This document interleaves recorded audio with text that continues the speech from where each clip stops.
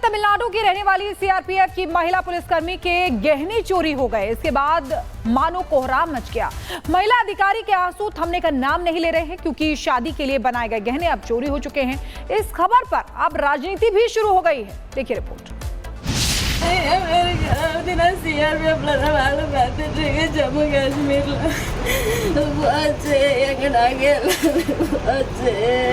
चोरों ने सोने का गहना चुराया। सीआरपीएफ महिला अधिकारी को रोना आया। सीआरपीएफ की महिला अधिकारी और उनके परिवार ने पाई जोड़कर शादी के लिए सोने के गहने बनवाए थे, लेकिन वे चोरी हो गए। महिला अधिकारी का दावा है कि तमिलनाडु पुलिस ने कोई एक्शन नहीं लिया। एक वीडियो भी सामने आया है जिसमें महिला अधिकारी निराशा भरी आवाज में अपना दर्द बयां करते हुए रो पड़ती है। मेरा नाम कलावती है। मैं सीआरपीएफ में हूँ। जम्मू कश्मीर में पोस्टिंग है। मैं तमिलनाडु के नारायणपुरम की रहने वाली हूँ। मेरे घर में 4 लोग हैं, माता पिता, मैं और मेरा भाई। 24 जून को शाम 3:30 बजे मेरी माँ बछड़ों को चराने गई थी। उसी दौरान मेरे घर में चोरी हो गई। मेरी शादी के लिए रखे सारे गहने चुरा लिए गए। यह सिर्फ चोरी का मामला नहीं बल्कि उस सिस्टम का पतन है जो देश के रक्षकों को रुला रहा है। जब सीमा पर दुश्मनों से लड़ने वाली वर्दी को न्याय के लिए सड़कों पर भटकना पड़ रहा है तो आम जनता का क्या होगा।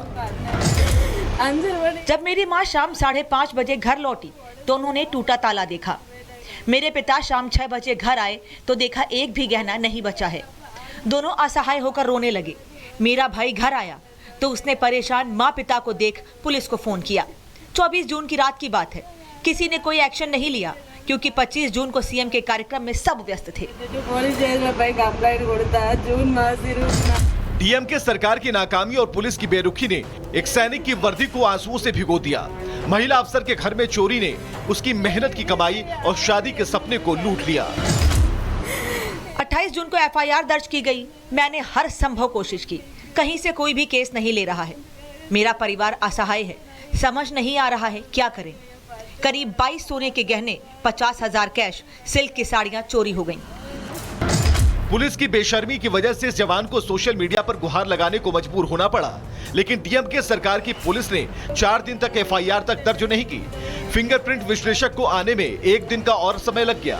ये कैसी कानून व्यवस्था है जहां एक सैनिक की पुकार को अनसुना कर दिया जाता है। क्या तमिलनाडु सरकार की प्राथमिकता सिर्फ वोट और कुर्सी है? कोई मदद करने के लिए तैयार नहीं है। सब चला गया, हमारे गहने चले गए। बीजेपी नेता के अन्नामलाई ने डीएमके सरकार को आड़े हाथ लिया। उन्होंने सोशल मीडिया पर पोस्ट कर लिखा, किस तरह का शासन एक वर्दीधारी महिला को कंधे पर राष्ट्र ध्वज लिए ऑनलाइन न्याय की भीख मांगने पर मजबूर करता है। ये केवल अराजकता नहीं है, डीएमके का शासन मॉडल है जहां अपराधी खुलेआम घूमते हैं और हमारे देश के रक्षक मदद की गुहार लगाते हैं। सवाल है कि डीएमके सरकार की नींद कब टूटेगी? क्या उनके लिए एक सैनिक का सम्मान भीख मांगने जैसा? और तमिलनाडु की रहने वाली सीआरपीएफ की महिला पुलिसकर्मी के गहने चोरी हो गए। इसके बाद मानो कोहराम मच गया। महिला अधिकारी के आंसू थमने का नाम नहीं ले रहे हैं क्योंकि शादी के लिए बनाए गए गहने अब चोरी हो चुके हैं। इस खबर पर अब राजनीति भी शुरू हो गई है। देखिए रिपोर्ट। जम्मू कश्मीर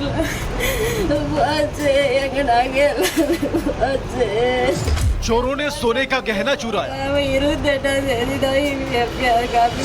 सीआरपीएफ महिला अधिकारी को रोना आया। सीआरपीएफ की महिला अधिकारी और उनके परिवार ने पाई जोड़कर शादी के लिए सोने के गहने बनवाए थे, लेकिन वे चोरी हो गए। महिला अधिकारी का दावा है कि तमिलनाडु पुलिस ने कोई एक्शन नहीं लिया। एक वीडियो भी सामने आया है जिसमें महिला अधिकारी निराशा भरी आवाज में अपना दर्द बयां करते हुए रो पड़ती है। मेरा नाम कलावती है। मैं सीआरपीएफ में हूँ। जम्मू कश्मीर में पोस्टिंग है। मैं तमिलनाडु के नारायणपुरम की रहने वाली हूँ। मेरे घर में 4 लोग हैं, माता पिता, मैं और मेरा भाई। 24 जून को शाम 3:30 बजे मेरी माँ बछड़ों को चराने गई थी। उसी दौरान मेरे घर में चोरी हो गई। मेरी शादी के लिए रखे सारे गहने चुरा लिए गए। यह सिर्फ चोरी का मामला नहीं बल्कि उस सिस्टम का पतन है जो देश के रक्षकों को रुला रहा है। जब सीमा पर दुश्मनों से लड़ने वाली वर्दी को न्याय के लिए सड़कों पर भटकना पड़ रहा है तो आम जनता का क्या होगा? जब मेरी माँ शाम 5:30 बजे घर लौटी तो उन्होंने टूटा ताला देखा। मेरे पिता शाम 6 बजे घर आए तो देखा एक भी गहना नहीं बचा है। दोनों असहाय होकर रोने लगे। मेरा भाई घर आया तो उसने परेशान माँ पिता को देख पुलिस को फोन किया। 24 जून की रात की बात है। किसी ने कोई एक्शन नहीं लिया क्योंकि 25 जून को सीएम के कार्यक्रम में सब व्यस्त थे। डीएम के सरकार की नाकामी और पुलिस की बेरुखी ने एक सैनिक की वर्दी को आंसुओं से भिगो दिया। महिला अफसर के घर में चोरी ने उसकी मेहनत की कमाई और शादी के सपने को लूट लिया। 28 जून को एफआईआर दर्ज की गई। मैंने हर संभव कोशिश की, कहीं से कोई भी केस नहीं ले रहा है। मेरा परिवार असहाय है, समझ नहीं आ रहा है क्या करें। करीब 22 सोने के गहने, 50,000 कैश, सिल्क की साड़ियां चोरी हो गईं। पुलिस की बेशर्मी की वजह से इस जवान को सोशल मीडिया पर गुहार लगाने को मजबूर होना पड़ा, लेकिन डीएम के सरकार की पुलिस ने 4 दिन तक एफआईआर तक दर्ज नहीं की। फिंगरप्रिंट विश्लेषक को आने में 1 दिन का और समय लग गया। ये कैसी कानून व्यवस्था है जहां एक सैनिक की पुकार को अनसुना कर दिया जाता है? क्या तमिलनाडु सरकार की प्राथमिकता सिर्फ वोट और कुर्सी है? कोई मदद करने के लिए तैयार नहीं है। सब चला गया, हमारे गहने चले गए।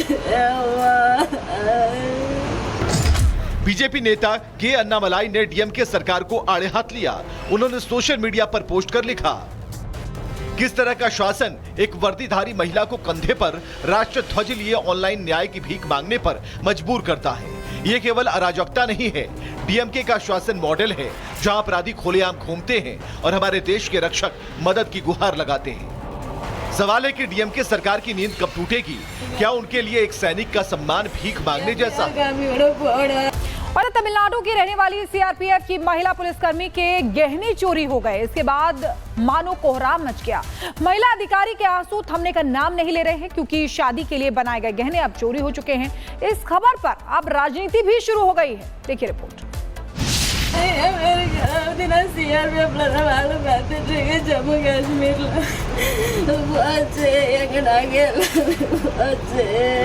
चोरों ने सोने का गहना चुराया।